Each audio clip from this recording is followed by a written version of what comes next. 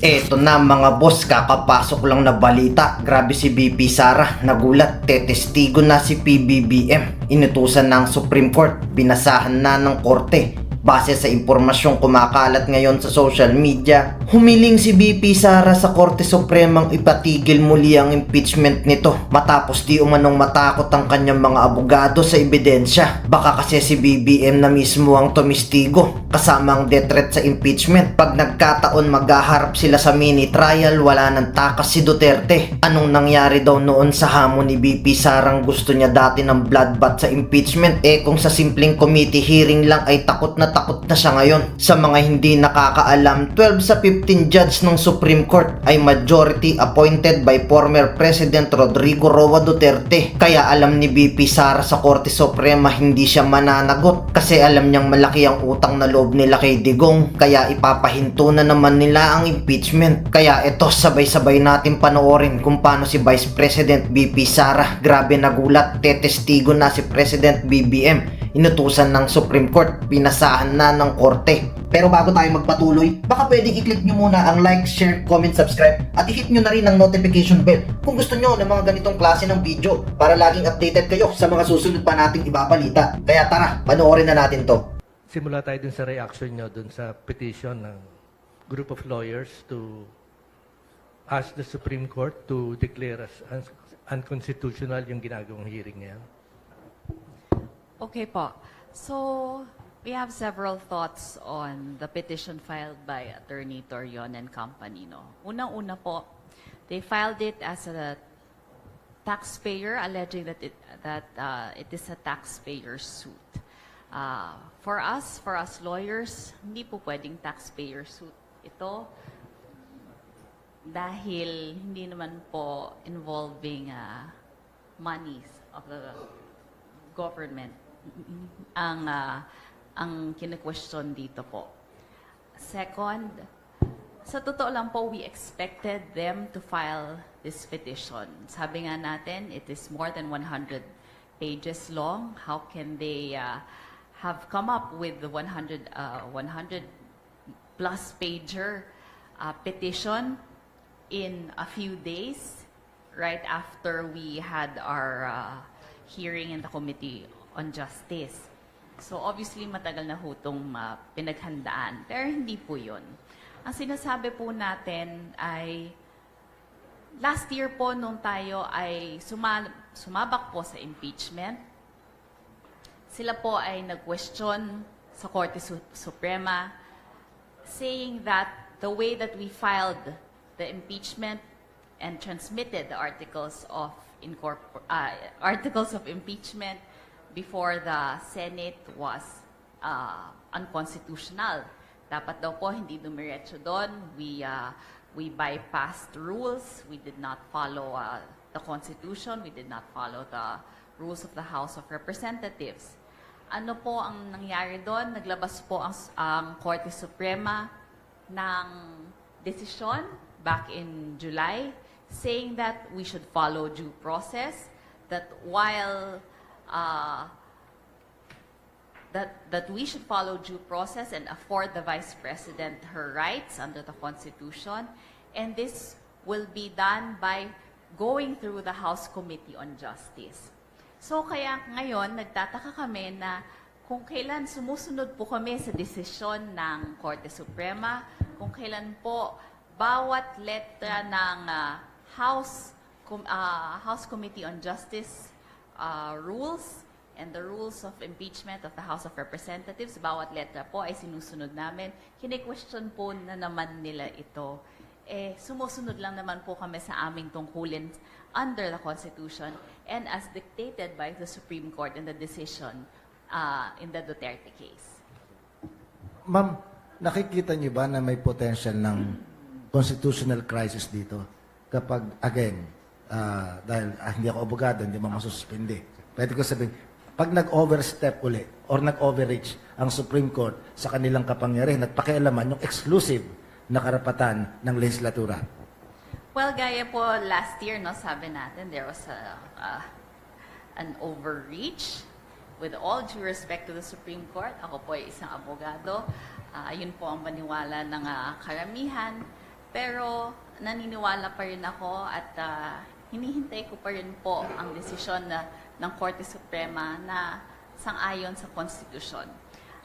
Ito po, gagawin namin ang tungkulin namin under the Constitution, ang tungkulin namin as representatives, as congressmen, and as members of the House Committee on Justice. And I believe that the Supreme Court will act judiciously and properly dahil sasabihin naman ho nila, di ba, na sumusunod lang kami sa kanilang mga directives in their decision and in fact, in the resolution dated January 2026. I don't think that there will be a constitutional crisis, honestly. So, ma'am, you are so hopeful na Yes. walang constitutional crisis. Yes, I am very hopeful po. Ma'am, babalik ako ng konti. Di ba na may first time din, almost the same composition ng Supreme Court. Ito yung nagko-warrant to sa isang impeachable official. Yeah. And Chief Justice at that. Yes, opo. Kayo po ba, malapit naman ng mahal na araw, naniniwala pa rin kayo sa mirakulo? Naniniwala naman po tayo. You know, we will always do our si attorney na lang po kaya ang sumagot. We will do our duties under the Constitution, and I know that Supreme Court will also do their duties under the Constitution. Sige, let's ask Kasi bagay, ma'am, private lawyer. sa hulihan naman ng inyong liham sa korte, palaging my prayer. May prayer po. Opo. Sige.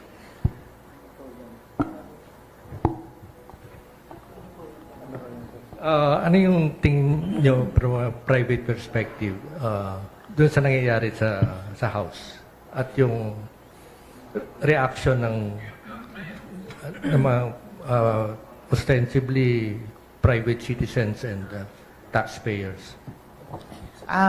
Tulad po ng sabi ni Kong Zamora, last year, nung sumabak sila sa impeachment, question yung kanilang paraan, yung proseso. So ngayon, nung sumasabak sila ngayon ulit, sinundan nila yung sinabi ng Supreme Court, dapat dumaan sa proseso.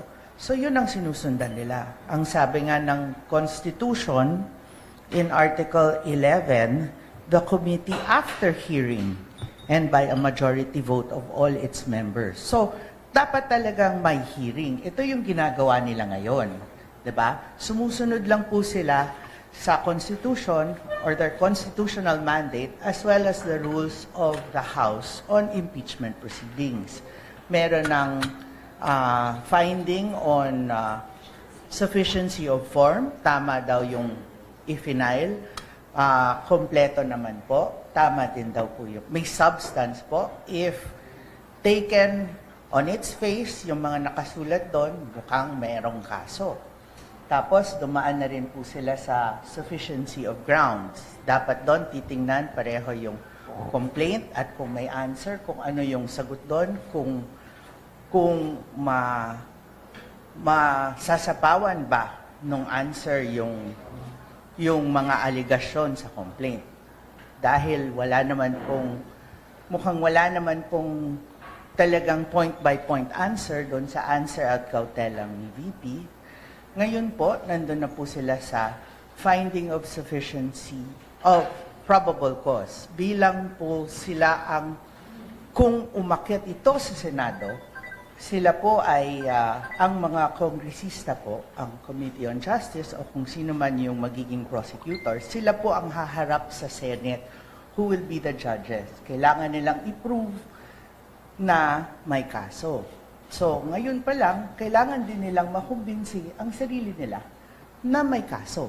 That's why nandito tayo sa finding of probable cause. Ma'am, noong nakaraang taon, walang hearing. Automatic.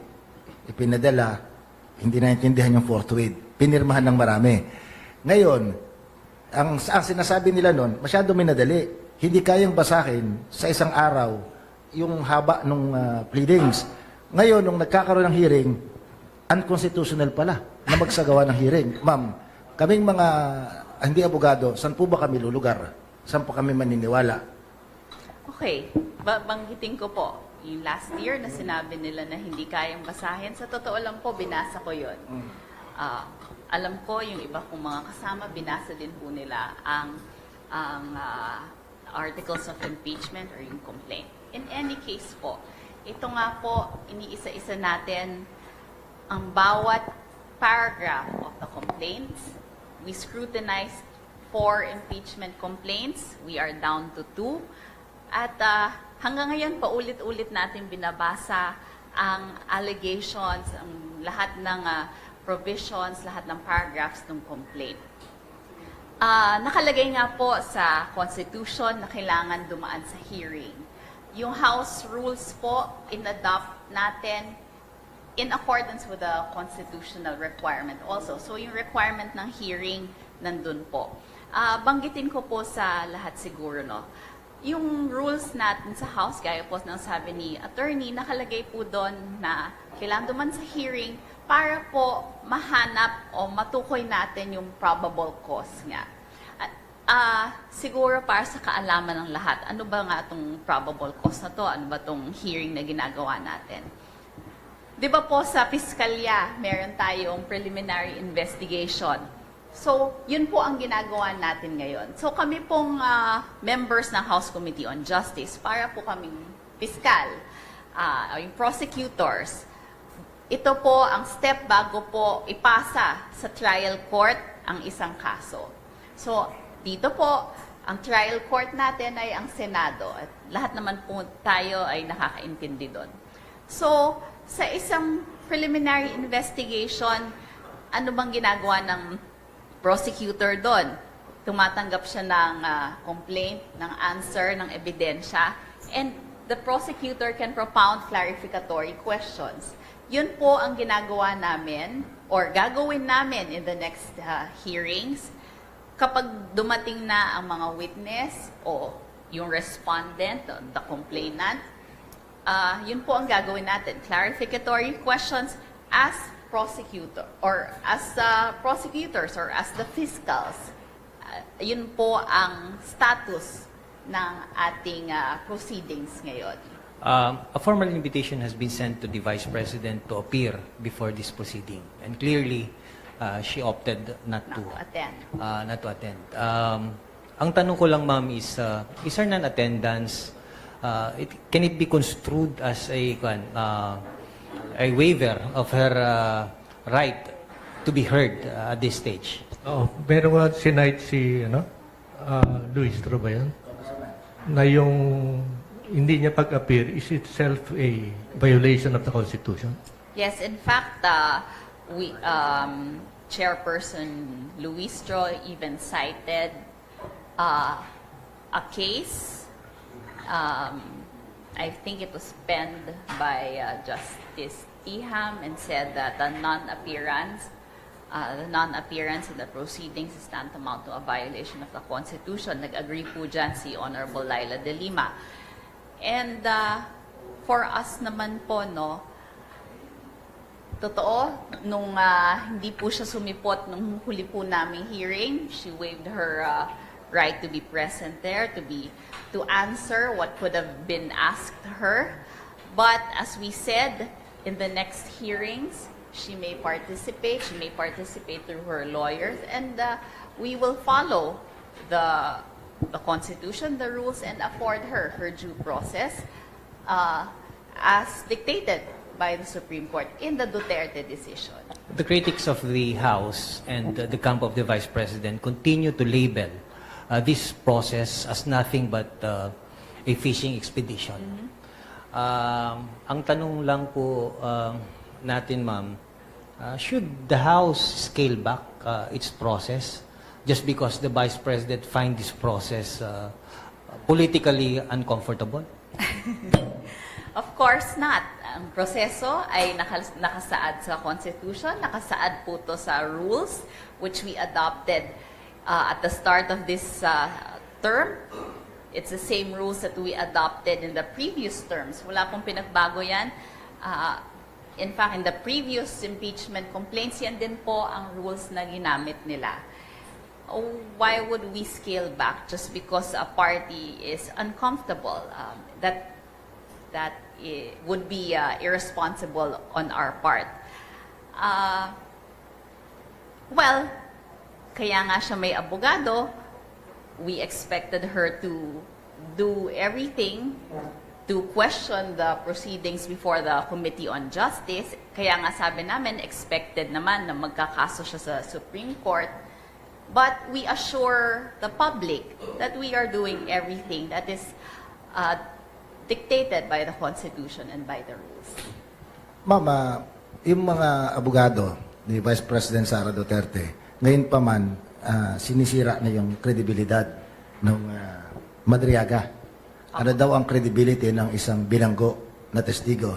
Parang naalala ko lang, may dating senador na ipinakulong dahil ang testigo ay puro bilanggo. Laila de Lima yata po ang pangalan nun. Tama po. Ma'am, ano ito? Sa legal parlance po ba, meron po bang there is a thing as moving goalpost? Na depende kung sinong hahatol, kung sinong kapaboran, kung kaninong kapaboran, Oo nga po. gagamitin yung ganong mga makapanira ng mga pahayag. Tama po kayo, no? Nangyayari nga po yun. Yeah, you're correct, no? That happened during the time of Honorable Laila de Lima. Ang stand po namin sa Committee on Justice as regards the allegations that Madriaga is of a questionable character, kaya nga po tayo naghi-hearing. Wala pa naman po kaming sinasabing may probable cause na. Hindi pa po naman namin sinabi na there is probable cause to forward the articles of impeachment to the Senate. In fact, wala pang articles of impeachment. Magkakaroon lang pong articles of impeachment kapag sabihin po ng House Committee on Justice may probable cause, gagawa po tayong resolution at kalaki po ng resolution na yan ang articles of impeachment. So ngayon, kaya po tayo nagpapatawag ng hearing, aside from mandato po namin na gawin yung hearing na yan, ay to determine kung meron ngang probable cause, kung tama ba itong mga affidavits na ito, kung to verify the veracity of the attachments to the complaint and to the attachments in the answer kung meron man. So, wala pa po kaming sinasabi na may probable cause na at may articles of impeachment na. Dito pa lang po namin titingnan yon sa hearing. Sinasabi nila, the House is conducting a mini trial. Pero, am I correct in understanding ko na si Chairperson Luis Tro mismo ang nagsabing na nabanggit niya, sort of a mini trial. Yeah. Quotation courts. Okay. Quotation di ba? Yes. To her defense, no, she used the term mini trial very loosely, and that's how we will address this issue. Mini trial is not a legal term. It is not defined. And although it is defined in the Alternative Dispute Resolution Act, and the definition in that act po, sinasabi lang na, in fact, hindi siya trial. It's like a meeting of the parties and there is some sort of a mediator. In short, hindi pa rin po siya trial. Bakit po hindi itong sinasabi nilang mini trial ang ginagawa ng Justice Committee? Bakit po namin sinasabi na hindi po ito trial? Unang-una, ang trial po ay mangyayari sa Senado. Tanggap po ng lahat yon. Second, ang sabi po, mag-hearing po kami. Sabi po ng Constitution, sabi po ng rules namin na kailangan namin mag-hearing. So ito po ay hearing nga po to check whether there is probable cause. So in a sense, it is a preliminary investigation. So hindi po siya trial. Attorney Dina? Apo. Help us make sense of the impending decision of the Supreme Court regarding the Torion petition, whether to approve or deny the application for TRO. Naitanong ko lang po ito dahil siyempre nung nakaraang taon, hindi pabor. Pabor doon sa respondent yung naging desisyon ng Korte Suprema. And in this case, if the House continues to assert yung kanyang authority as the sole yung court para doon sa impeachment, ano po ang nakikita ninyo na pwedeng gawin ng House na legal recourse if and when this happens? Teka, related to that, ano yung posibleng time frame na pagsagot ng Supreme Court kung given this reply ng mga lawyers? Will that not prolong the process sa House bago isampa sa Senate ang impeachment? At the moment po, kaka-file lang po ng mga abogado or ng taxpayers, as they call themselves, yung petition for certiorari and prohibition with a prayer for TRO and injunction. Okay. This has to be taken up first by the Supreme Court. They have not, as of the moment, as far as I know, they have not yet acted on it. It's either going to be raffled or i-discuss and back. So hindi pa ho natin alam kailan nila gagalawan ito or kailan nila gagawin itong pag-raffle or pag-call ng en banc session to discuss. Okay? So we cannot preempt what the Supreme Court will do. Now, as to the House, I believe na they should just go on with what is mandated by the Constitution, which is hearing this matter on probable cause. Tulad po ng sabi earlier, ang mga members ng Committee on Justice, naroon sila parang fiscal, di ba? Personal determination yan ng probable cause.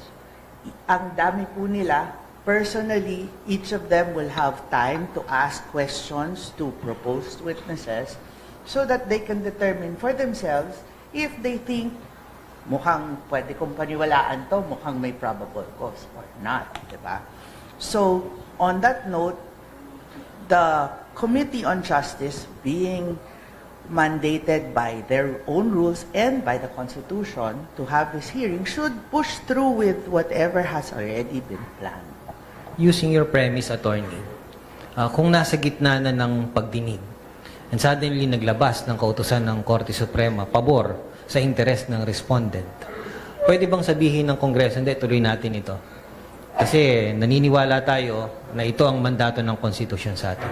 Is that even possible, attorney? Considering that they are co-equal branches, personally, I believe they can if they choose to. However, it really will depend on what the decision or what the order of the Supreme Court will be at that time. Yun po yung kailangan nilang i-take up as a committee and then decide how to move forward. Ito yung actual na sinabi ni Attorney Torion. It allowed yung House hearing. It allowed the third and fourth impeachment complaints to survive despite defects in form and substance, and then attempted to cure those defects through a subpoena-driven evidentiary process. Ibig sabihin yung ginagawa ng House, yung require ng bank accounts na tapos yung iba pang requirements ng Sigat, dagdag ko na rin sa tanong ni Kuya Butch. Yun ho bang exemption doon sa bank secrecy law na binabanggit sa impeachment trial, ano ho bang kapulungan ng tinutukoy doon na may exemption? Yung Senado bilang court sa impeachment o yung House of Representatives na siyang magsasampa ng kaso?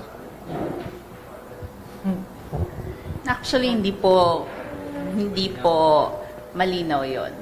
So, dahil nakalagay naman po impeachment proceedings, ang nangyayari naman po sa House of Representatives ay impeachment proceedings. And I believe that we are covered or we fall under the exception to the bank secrecy law. In any case po, siguro to answer the statement niyo po, sir, kanina when you read the article, no? Siyempre, sasabihin po ng abogado ng respondent na magkakaso sila dahil questionable ang proseso sa Committee on Justice dahil defective daw ang declare namin na it is sufficient in form and that they are sufficient in substance. Siyempre, sasabihin po nila yon dahil sila ang abogado ng respondent, di ba po?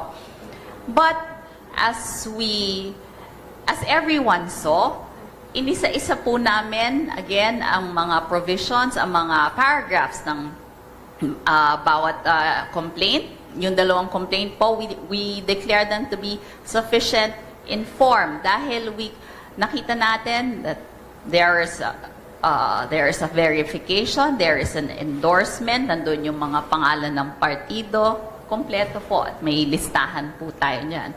Sufficiency in substance, sabi natin, meron po. Dahil ang kailangan lang naman po doon is a recital of facts that will show the impeachable offenses. Meron po tayong listahan ng impeachable offenses. Nakita po natin ang recital of facts or yung ultimate facts. Meaning po, ano ba po yung ginawa mismo ng respondent? Nakalagay ba yon dun sa complaint? Hindi po natin hinahanap dito ang tinatawag ng mga abogado na evidentiary facts, which are the facts that would, in short, yung ebidensya po mismo, no? Hindi pa po yun. Ang kailangan lang na nakalagay sa complaint ay yung specific act na ginawa po ng respondent sa isang impeachment complaint. At nakita natin na nakalagay naman po yun. Kaya natin dineclare na sufficient in substance. Kaya po, napanood naman po ng lahat ang proseso ng Committee on Justice. So we believe that we followed the requirements of our rules and the Constitution step by step.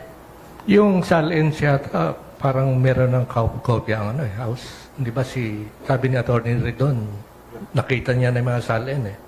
And 50 million ang hindi nagtutugma dun sa legal compensation niya since the time na mayor siya. Correct po. Nung may isang hearing po noon na may finlash po si Congressman Redon sa screen. So hindi kailangan, halimbawa mag-appear yung si Ombudsman and certify yung validity ng mga evidence? Well, since we sent a subpoena to the Ombudsman and we requested for some documents, I believe that they will comply. Opo. AMLAC po, hindi pa po. Ma'am, alam naman po natin na yung impeachment is both legal and political. And between the two of you, ma'am, you're in a better position to answer yung political side ng issue na ito. Meaning sa inyong mga kasamahan sa Kongreso, ganun pa ba kainit ang pagsuporta nila sa inisyatibang ito? Considering na nitong mga nagdaang araw, meron kayong mga kasamahan na parang dili-dali dun sa pagsuporta. Ano ang damdamin sa kasalukuyan ng inyong mga kasamahan? Tama po. I admit that some may be dilly-dallied. I admit that some congressmen have questions compared to last year. Well, of course, dahil paparating na nga po ang next elections, no? Kaya, again, and we admit nga po na this is a political process. But as we go along, I believe that our colleagues are seeing the cause that the members of the Committee on Justice are fighting for, ika nga. Paminsan po may nagtatanong sa atin kung may ebidensya ba? May point ba to? May kaso ba? And I said, like before, sabi ko, pareho naman po yung kaso eh. Like before, and in fact, there are more pieces of evidence now kasi may nadagdag. May nadagdag na attachments po dun sa complaint. So, we saw the impeachable offenses last year. They are similar to the impeachable offenses mentioned this year. And like I assured my colleagues, meron pong kaso. Sa Do you expect ba na darating si Madriaga doon sa House hearing? Meron ng subpoena si Madriaga. Opo. So you expect him to come to the hearing? Yes po. In fact, Congressman Chel Diokno moved for additional protection for Mr. Madriaga. So kaya ang We will sinasabi report ng lawyers na this is a trial. Hindi lang hearing for di ba? Well, under our rules nga po, it is a hearing, but it is also stated under our rules that we can ask questions. There are examination questions that we may propound as members of the House Committee on Justice. Again, it is a hearing for determining probable cause. And like in a preliminary investigation before a prosecutor, before a fiscal, the fiscal can ask clarificatory questions to the witnesses or to the complainant and the respondent. So, ganun din po ang ginagawa natin. Ma'am, sa political side, umaasa po ba kayong mapupuno ng required numbers ng signature yung impeachment na yan? Yes po, umaasa po kami and I believe that we have the numbers. Para 100 plus lang, pwede na, no? Yes, we need one third or around 106 if I'm not mistaken, and I believe we have the numbers, sir. Siguro tanong ko si attorney. Minus, si... Attorney, yung SALN, di ba ito yung pinakamapanganib na papel sa mga nasa gobyerno? Nakadalawang Chief Justice tayo dyan sa issue ng SALN. Palagay nyo, hindi dapat ipagsawalang bahala ng pangalawang Pangulo yung SALN na hawak na ngayon ng House of Representatives? Actually, personally, I've never filled up a salary myself. And so, Kaya po kayo ang tinanong ko, hindi yung dalawang nagka-file ng SALN. I've never filled it up, so I don't know what it actually is supposed to entail. But I believe that if it is required by the government, then there is a reason for it, and you should answer it honestly. Now, if she had...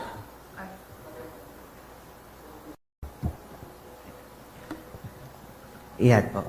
If she had answered it honestly, and she believes that there's nothing to fear because everything there is above board, then might as well come forward and discuss it. It looks like in not wanting to come and confront, while I do understand that her lawyers are trying to tell her this is an unconstitutional proceeding and all, and if you go there, one part kasi the lawyers can say, if you go there, it's like you're giving in and recognizing what they're doing. But at the same time, if there's nothing to hide, why not just confront? This is her chance to defend or to show that there's nothing wrong with her SALN and convince the Committee on Justice that whatever is being alleged against her is not true. Then maybe they personally will decide, oh, let's drop it. Diba? Ma'am, as a private lawyer, pwede nyo bang sabihin na dapat magpalit ng set of lawyers yung kampo nila? Kasi parang yung jurisdictional question, narinig na rin natin sa dahig eh. that is her choice of lawyers are personal to her. So I will not go into whether she should change or not. That really is, may strategy na yan, I'm sure. Matagal na nilang na-lay out yung strategy na yan. Diba? Sinabi nung Dean FEU College of Law ba yan? Dean Mel. Dean Mel, Dean Mel ano, Santa. na part ng strategy nila yan na ano yung downplay yung findings ng hearing dahil ang test is yung sa Senate na where they feel they have the numbers to dismiss yung impeachment. Whatever her strategy is for her and her lawyers. Now, if that is what they want to do, they want to downplay the proceedings in the House of Representatives, that's on them. That's really their decision, and we respect that. If they want to fight it out in the Senate, that really is also, again, their decision. What I'm saying personally is, if you can nip it in the bud here, in the House, why not try to? Diba? If you have evidence that will, kung may ebidensya ka pwedeng isupalpal doon sa mga, kung ano man ang nasa House ngayon, bakit di mo na ilabas? Baka sakaling mag-decide sila na hindi na rin ituloy. Ma'am, educate us. Decided na ba kung anong meaning ng forthwith? Hindi pa ho yata eh. I understand it's supposed to be immediately. So, may possibility na kung magpapalit ng liderato ang Senado, forthwith. Problema na naman yung forthwith. Pwede po. Depende yan po sa Senate as well. The House and the Senate. Ma'am, kung ito ay tunggalian ng naratiba at ang premyo ay kung paano i-capture yung damdamin ng mga mamamayan, tama ba yung estratehiya na tumakbo sila sa Korte Suprema para makahanap ng kakampi to some extent? Ang problema po kasi sa pagtakbo, palagi na lang yun yung recourse nila eh. Takbo na naman sa Supreme Court, takbo sa Supreme Court. But this time, paano po mangyayari yung takbo nila ngayon sa Supreme Court when the House is just following what the Supreme Court said last year, 'di ba? So parang ano yan, mag-flip-flop ba ang Supreme Court sa ganon? Ma'am, follow-up lang. Isang taon na simula nung makilala nating lahat si Mary Grace Piatos. Pero hindi naman nasagot eh. Diba? Up to now, mahigit isang taon na ma'am, hindi pa nagkaroon ng kasagutan. Pero itong mga ping-pong na ito tungkol sa usapin ng impeachment, ano ang pakahulugan nito kung ang pag-uusapan natin na itong proseso ay dapat sana isang mekanismo para papanagutin yung matataas na halal na opisyal ng pamahalaan na di umano ay nagkasala sa bayan? Anong pakahulugan nito dun sa mekanismo, ma'am?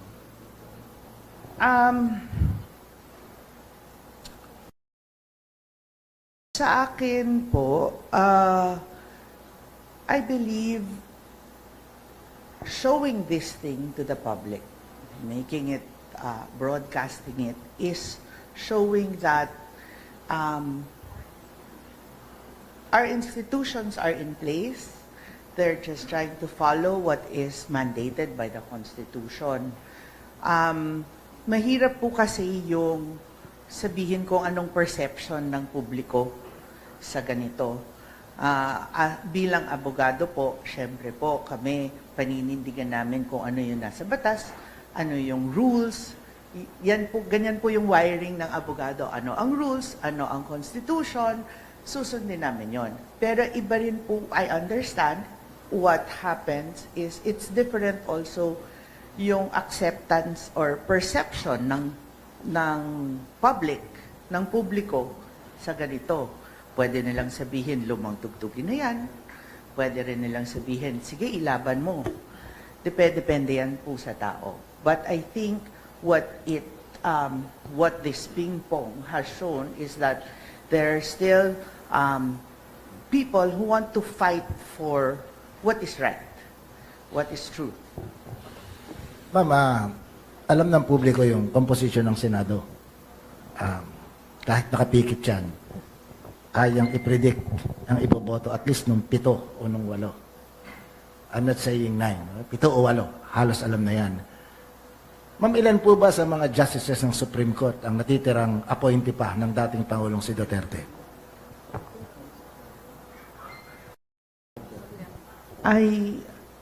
I think most of them are appointees of the previous president. Ma'am, again, tinitin ako, mukha namang nakaipon na kayo. Pejoratively, may kasabihan na a good lawyer knows the law. The best lawyer knows the judge. May lakas po kayo ng loob na sumagot dun sa indirect questions na yun. O, pass na lang po muna. Pass. Sige. Tanong natin mga kasama sa media.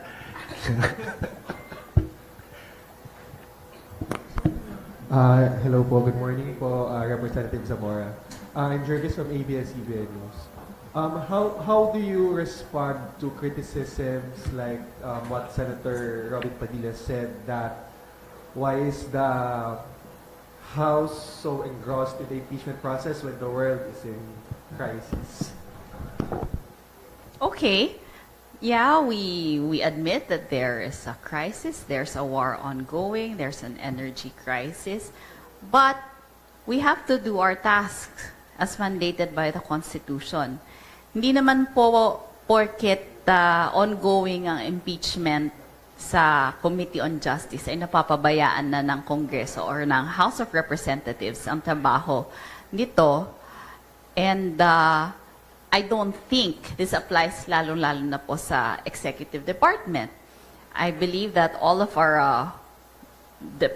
the departments, all of our offices are doing their job. And as for the House of Representatives, it's doing its job. The other committees are working. All of the other departments are working. It's just that the House Committee on Justice is tasked to finish this job within 60 session days. Kaya po, ginagawa namin ang aming tungkulin. And follow-up po, so is it correct to say that the impeachment proceedings will continue or until the Supreme Court issues an order? Well, yes, we will continue with our proceedings. In fact, recess na nga po ngayon ng Kongreso, pero tuloy pa rin po ang Committee on Justice sa aming mga hearings.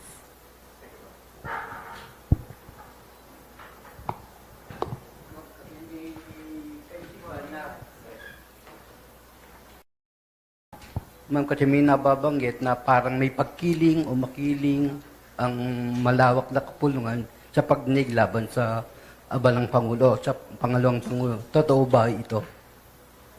Pagkiling, bias. Wala naman pong bias against the Vice President. Like we said, ginagawa lang namin ang aming trabaho under the Constitution, under our rules. And makikita nyo nga po, diverse ang membership ng Committee on Justice. Iba-iba pong partido, may mga kakampi, may mga, iba-iba nga po ang partido namin.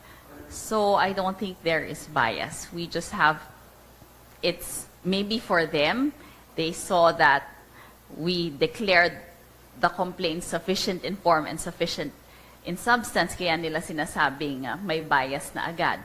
But like I said, hindi pa nga namin nasasabing may probable cause. What if wala naman pong probable cause pala? So hintayin na lang po natin ang hearings. Ng follow-up po. Kasi base sa unang mga pahayag ng pangalawang Pangulo, natatakbo ito sa 28. Hindi po ba parang sinasagka yung kanyang kandidatura sa pagdinig na ginagawa dahil natatakot ang karaniwan sa malawak na kapulungan na manalo ang abalang Pangulo o ang pangalawang Pangulo? Para sa akin po, wala pong connection yun. Nagsampa ang ang ilang complainants ng kaso. Nagkaroon po kami ng trabaho sa Committee on Justice at kailangan po namin tapusin ang aming tungkulin. Panghuli na lang po, dapat na bang iba to sa Senado yung usapin ng pagpapasipa sa abalang Pangulo given na humahakbang ng 2-3 beses ang kanyang kampo? Well, hindi pa nga po tapos ang proceedings natin. Kailangan po natin sundin ang rules natin, ang constitution na nagmamandato sa atin na magkaroon ng hearing. So, kailangan po natin tapusin muna ang hearing. In fact, sa Constitution po mismo, nakalagay doon, after hearing, gagawa po tayo ng resolution na ipo-forward po sa plenaryo. So, hindi pa po tayo umaabot doon bago po natin pwedeng ipasa na ito sa Senado. Meron kayong idea kung gaano katagal yung hearing sa House? Yes, halimbawa. Or at the most? From the time of the initiation or referral to the Committee on Justice, it's 60 session days. So our estimate is, if I'm not mistaken, mga end of May. Ma'am, follow up lang po kanina. You said na wala na namang bias ang Justice Committee against the Vice President. But earlier you said that you're confident that you have the numbers already. So can you please expound on that? Does that mean that parang na-determine naman na you will be voting, you will be forwarding the impeachment to the Senate? What do you mean when you say na you have the numbers? Okay, because people or the congressmen have read the complaints. And,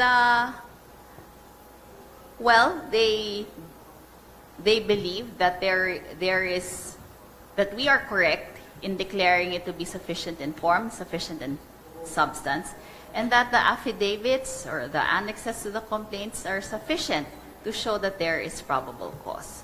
Of course, like we said, we will still have to go through the Committee on Justice hearing to declare probable cause.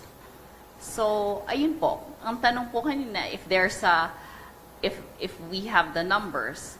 In fact, like I said earlier, I admit that there are qualms, that there are concerns by some of the congressmen, or maybe a lot of them, and I will admit to you that the numbers are not as much as the numbers last year. But people still believe in the charges. So, yun po. Good afternoon. Sa dalawang babae po, tatanong ako, no? Philip Lustro, columnist. Matanong ko kayo, should, hypothetical, pero kailangan harapin natin dahil possibility to, no?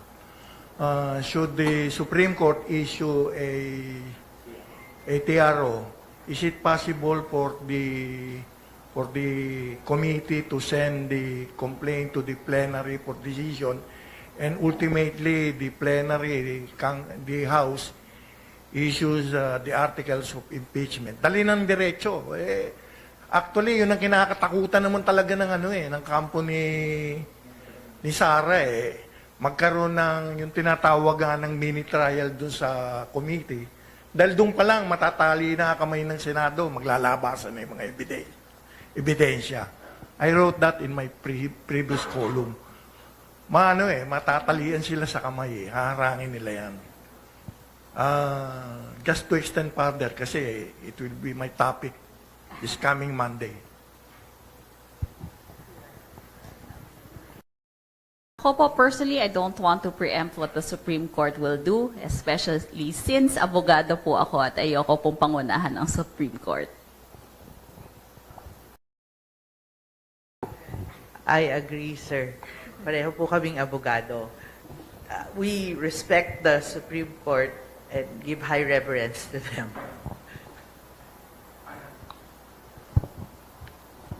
Well, in that case, ako na lang magsabi dahil hindi naman ako bugado eh. Ayahin na, kung sino man magalit dyan, di sabihin. Okay. Sige, ma'am, si attorney, yung unang impeachment complaint last year, hindi raw sumunod sa due process. Kasi pinadala agad sa Senado, dumiretso. Ngayon, kino-question naman yung mini trial na nagaganap. Kung noong nakaraan, due process ay wala. Ngayon naman, ang inireklamo nila is overdue process. Ma'am, can you react on that, si attorney? Yun nga po doon nga po kami nagtataka. Last year, masyado raw mabilis. Ngayon na dinadahan-dahan and to the letter ang pagsunod sa rules. Ngayon, kakwestiyonin din nila, parang saan nyo ho ba gusto lumugar ang House Committee? Di ba po? Ma'am, Attorney Dina, sa pagtataya po ninyo dun sa mga ebidensya na ipinresenta sa Kamara sa mga sandaling ito, siguro hindi man kayo privy kasi hindi naman kayo bahagi ng Kamara kundi bilang isang private lawyer, gusto lang po naming malaman, pumasa ba sa threshold ng impeachment yung mga ebidensyang ito to warrant yung pagpapatuloy ng kaso? Ang pagkaintindi ko po, there is already a finding of sufficiency in form and substance. Kung base sa, may kwento ba with specifics kung ano yung ginawa po ni VP. At pagkaintindi ko rin po, may mga ebidensyang mga naka-attach. They're doing the probable cause hearings now para nga ma-determine totoo ba tong mga naka-attach na to, tama ba?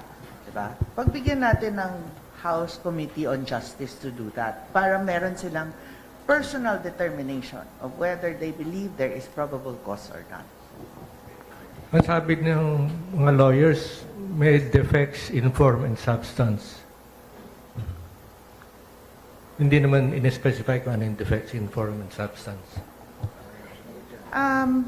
Well, mahaba po yata itong petition. It's as according to Kong Bell, it is over 100 pages.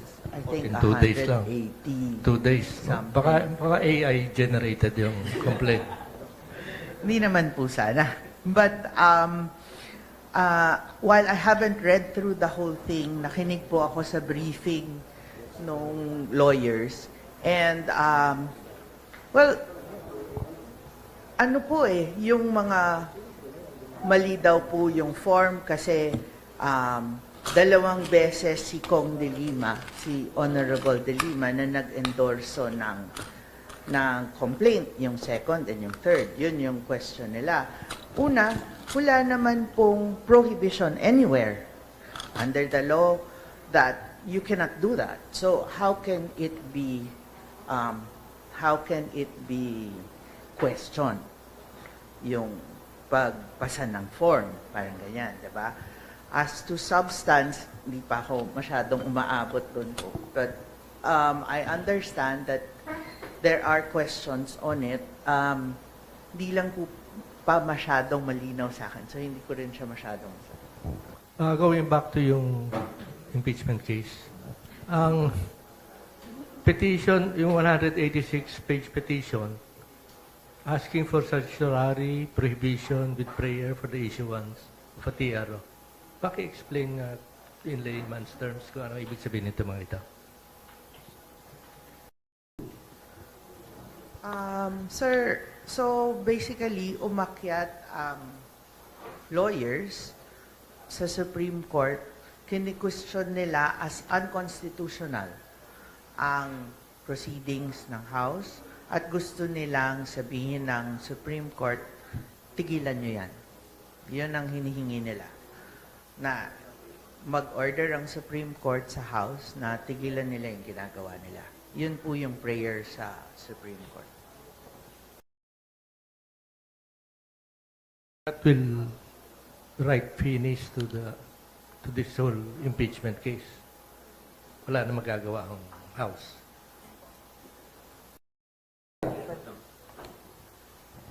po yung gusto nila. Hindi po natin alam kung anong magiging aksyon ng Supreme Court. Yun pa lang po yung prayer nila based on their petition. Ma'am, again, kanina pag-usapan na ng konti ito.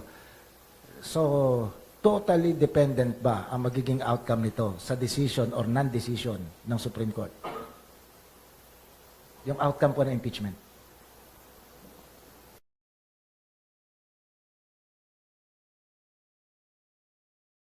So, ayaw niyong sumagot para hindi matelegraph ang pwede niyong gawin sa mga susunod na pagkakataon. Currently, I think pwede namang magtuloy without any order anywhere.